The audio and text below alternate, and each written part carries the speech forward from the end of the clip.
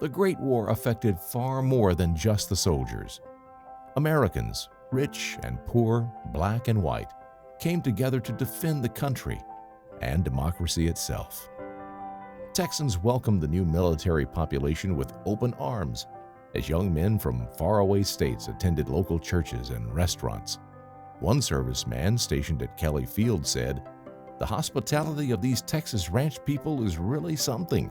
No matter how little they had, they were willing to share it when company came." That was true Texas hospitality.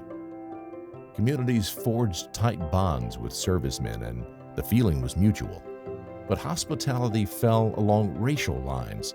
Segregation was enforced and tensions existed. White communities welcomed white soldiers, but could be indifferent or even hostile toward African American troops, who often found warm welcomes from black communities. The war also showcased the best of America: pride, patriotism, community spirit. Citizen-led organizations like the Salvation Army and the Red Cross made profound contributions to the war effort, while families grew victory gardens and rationed food. Schools and Boy Scouts led bond drives to finance the war, and in one of the most profound changes of the war, women began to work in factories, offices, and farms to aid in the war effort. On the home front, everyone had a role to play. But there were darker impacts of the war at home.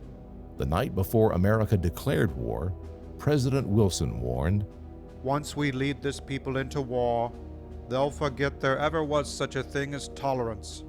To fight, you must be brutal and ruthless, and the spirit of ruthless brutality will enter into the very fiber of our national life." Government propaganda urged citizens to buy bonds to finance the war. To ensure patriotism, Congress passed the Sedition Act of 1918, making it illegal to criticize the war. Newspapers and even private mail were censored for not supporting the Wilson administration. For some, the war intensified existing prejudices and created new ones. Germans in Texas and around the country were subjected to a sudden and sometimes violent backlash.